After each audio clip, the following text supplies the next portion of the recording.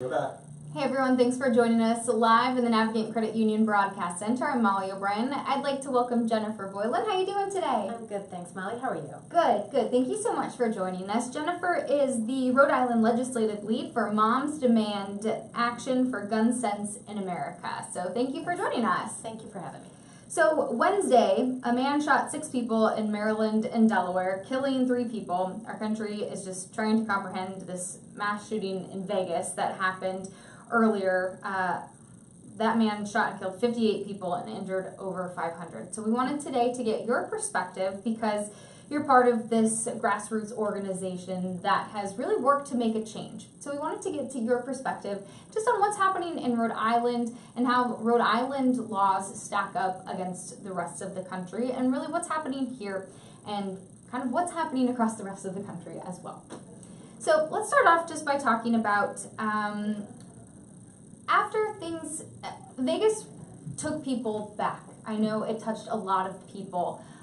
It was hard. It's still hard to talk about. It's still hard to think about, but it happened. Have you seen anything from what you do? Have you seen a change in people's perspective on gun sense in America after Las Vegas? So Vegas was the largest mass shooting in modern American history. It is absolutely tragic, and the fact that we're saying another historic mass shooting is alarming, revolting, and disturbing.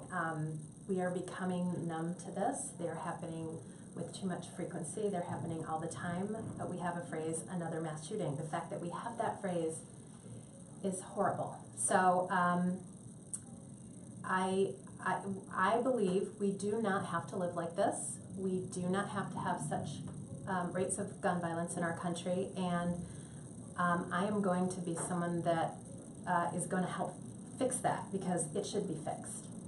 And so I'm very grateful to be part of a grassroots movement that started on the day after Sandy Hook, and we are modeled after Mothers Against Drunk Driving. We are the Mothers Against Drunk Driving of gun violence prevention, and I do really believe that mothers are fiercely protective of children and our families, and we want what's best for all of us, and we are going to get this done. It's going to take us a long time.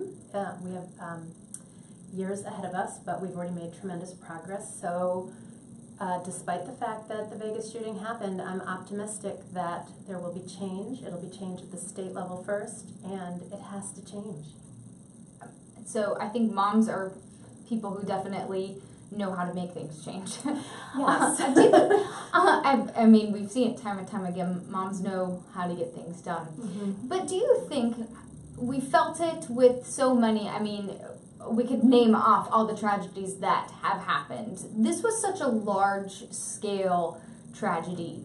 Do you think that this could be the turning point where more people get involved and that we could see whether it be a social movement where certain people find things unacceptable or a legislative change?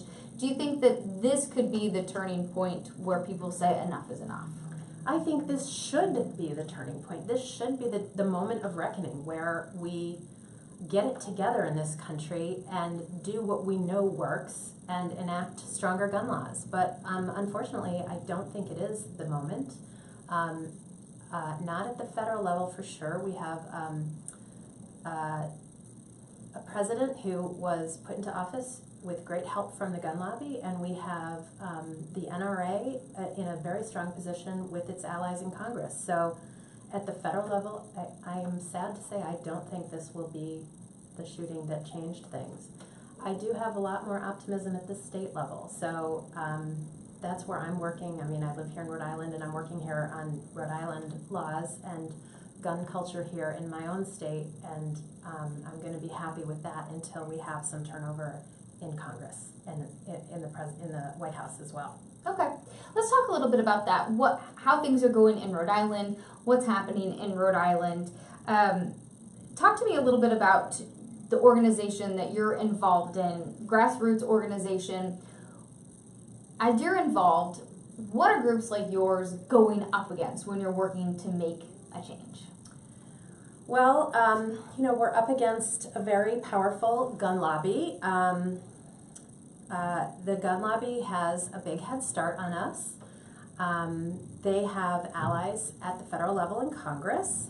And at the national level, the gun lobby is working really hard. They have two main priorities that they're working on at the federal level. And the first one is the silencers bill, or I believe it was originally called the Hearing Protection Act. And it would, yeah, it's funny, not funny. It would attempt to make devices that make firing a gun quieter, silencing them, allegedly to protect the hearing of people who are shooting their guns at ranges and who are sportsmen. This is extremely dangerous legislation. The people at the Vegas shooting heard the shots. Can you imagine the carnage of 10 minutes of that gunfire in silence, relative silence, where no one heard anything? It would have been devastating. So that type of legislation is dangerous and needs to be stopped. That's one thing we're up against. The other main thing that we're up against at the federal level is this push to have concealed carry reciprocity. So that is another NRA-backed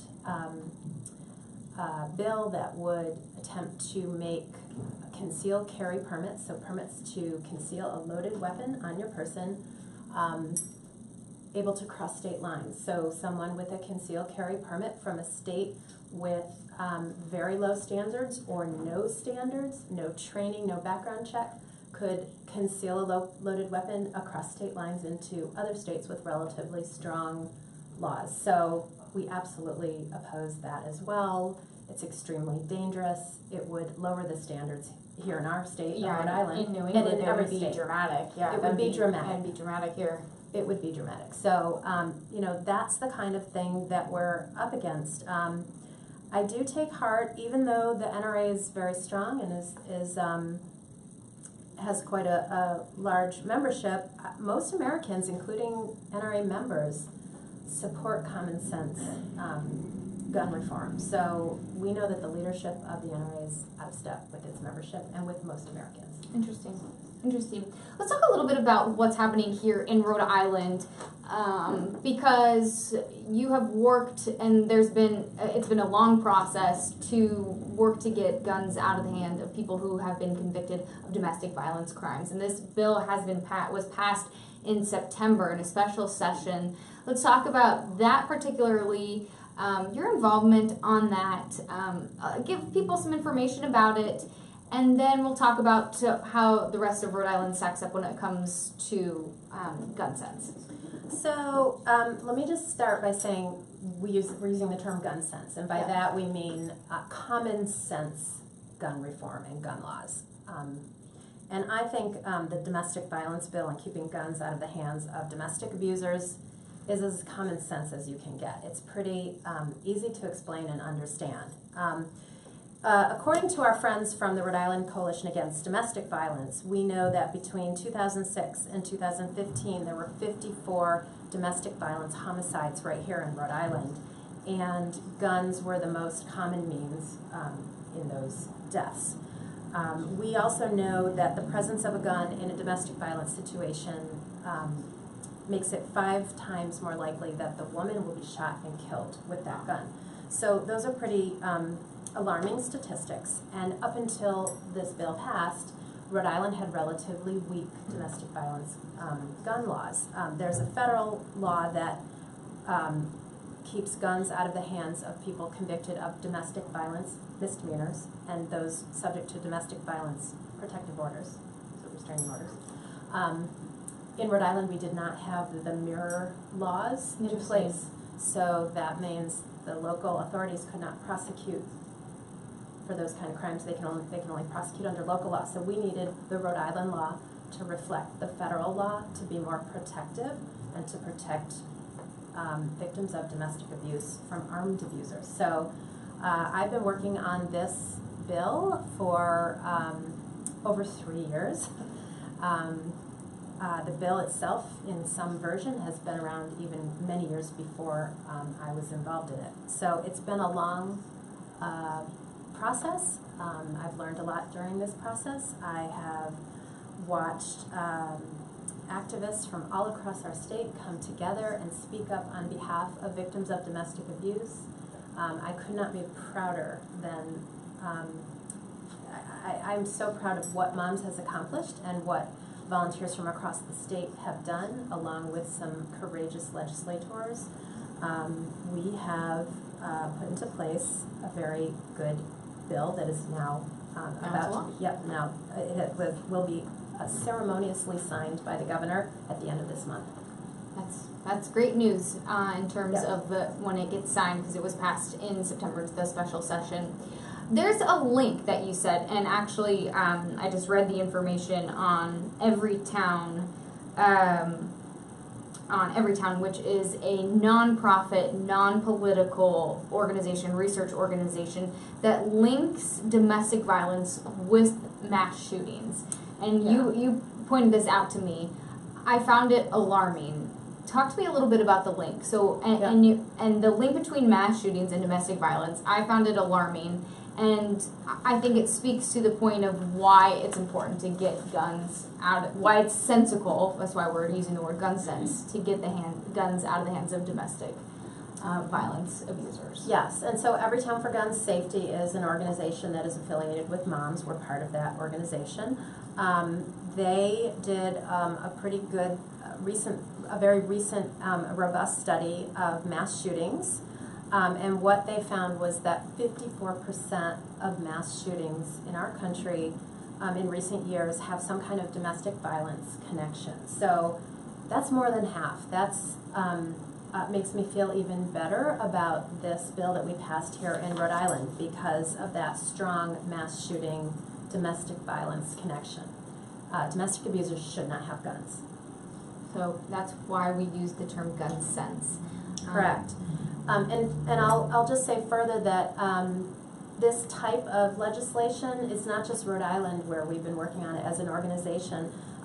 Since 2013, Moms Demand Action has worked with 25 different states, and these are red states and blue states, to strengthen domestic violence laws. And the Rhode Island bill that passed into law is the 8th one this year. Oh, wow. So this is a national effort to keep guns out of the hands of dangerous domestic abusers.